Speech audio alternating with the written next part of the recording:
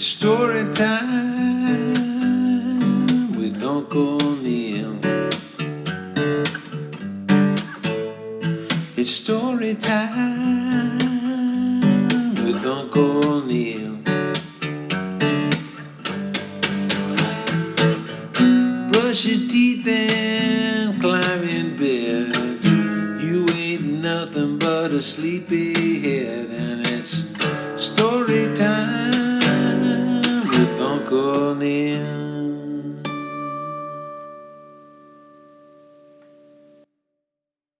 Blaze and the Forest Fire by C.W. Anderson.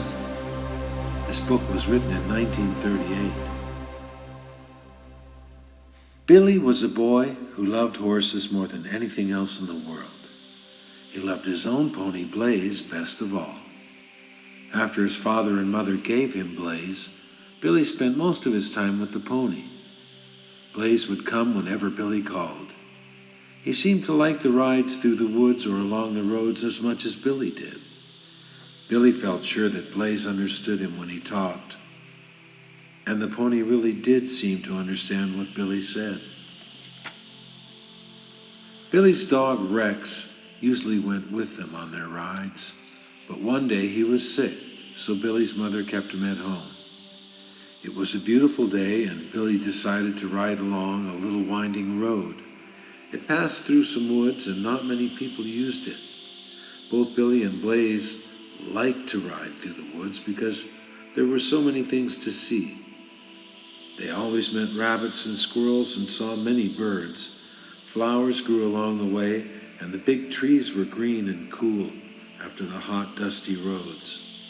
The summer had been very warm, and there had been very little rain. They had gone quite a long way when Blaze suddenly stopped. Billy looked ahead and saw smoke coming out of a pile of dry brush at the side of the road.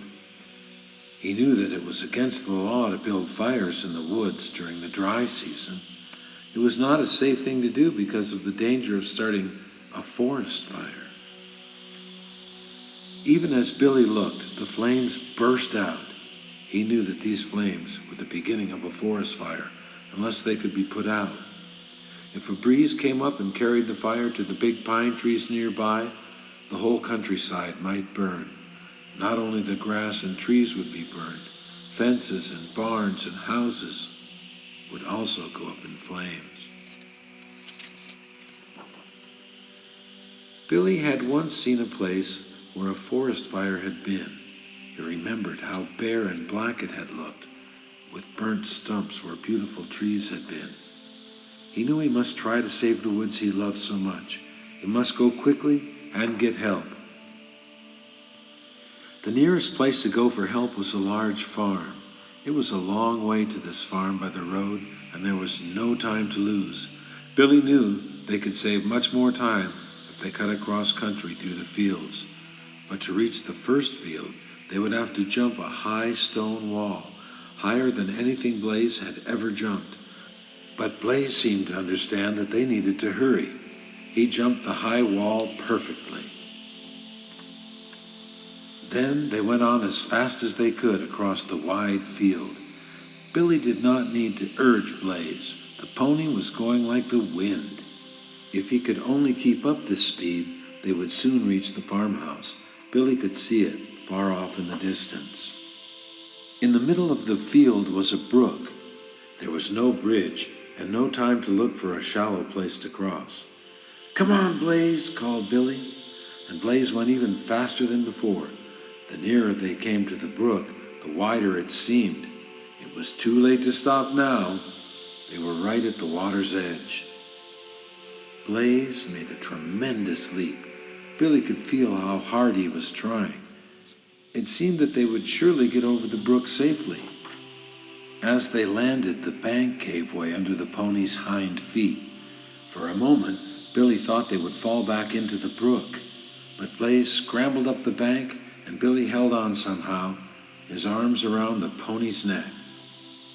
In a flash, Billy had his feet in the stirrups again, and they were off as fast as the faithful pony could go. Blaze was breathing hard now, but the farmhouse was near. Suddenly, Billy pulled Blaze to a stop. There, right in front of them, was a high wall with barbed wire at the top. He looked both ways, but there was no gate in sight. Billy almost gave up, but the thought of the fire sweeping across the countryside was too much. They must go on. "Just once more, Blaze," he whispered to the pony.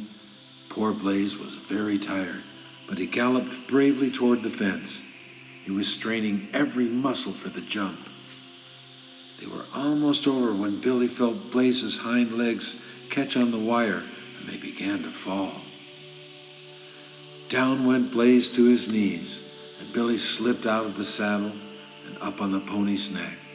It seemed certain that Blaze would go down all the way, taking Billy with him.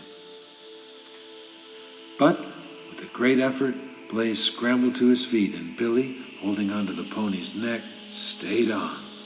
Then Blaze started at a gallop for the farmhouse, which was just across the field. They galloped into the farmyard. The farmer and his son hurried over to meet Billy.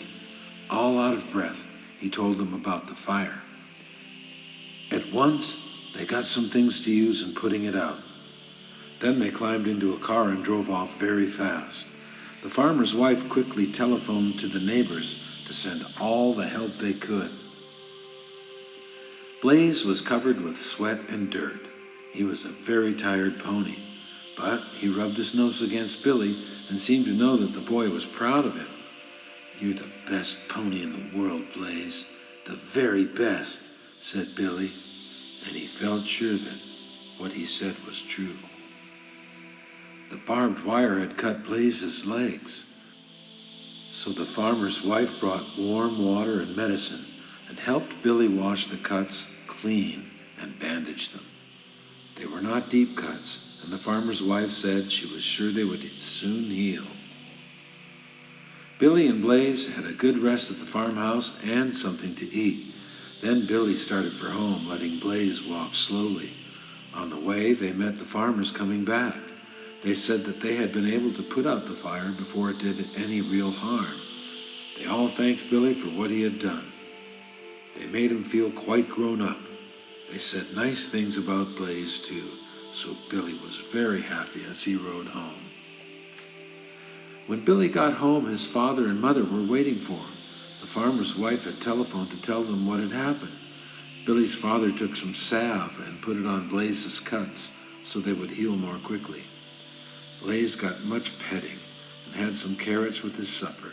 He was very fond of carrots. Billy had some chocolate cake with his supper. He liked that just as much as Blaze liked the carrots. Billy's father and mother were very proud of both Billy and Blaze. One evening, 2 weeks later, there was a rap at the door.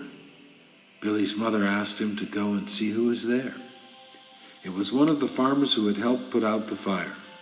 He held a big box on which was written, "For Billy and Blaze." Much excited, Billy opened the box. He found a beautiful new bridle with a silver headband on which was printed one word, Blaze. The box held also a pair of shining new boots and a fine pair of riding breeches. They were just the right size for Billy. The people of the countryside had bought all these things for him. They wanted to show Billy how grateful they were that he had saved them from a forest fire. It was hard to sleep that night. It seemed to Billy that daylight would never come. He got up several times to look at the new boots and the beautiful bridle. He wanted to be sure he hadn't dreamed them. No one else was awake when Billy brought the new bridle down to the stable and put it on Blaze. Even Rex was still asleep. When Billy got into the saddle wearing his new breeches and boots, he felt fine. He was sure he could ride better because he had them on. Blaze arched his neck proudly. Even in the early dawn, the silver headband on the new bridle shone brightly. His cuts were all healed, and he felt fine too. So the two friends started happily off for their early morning ride, and they all lived happily ever after. Blaze and the Forest Fire.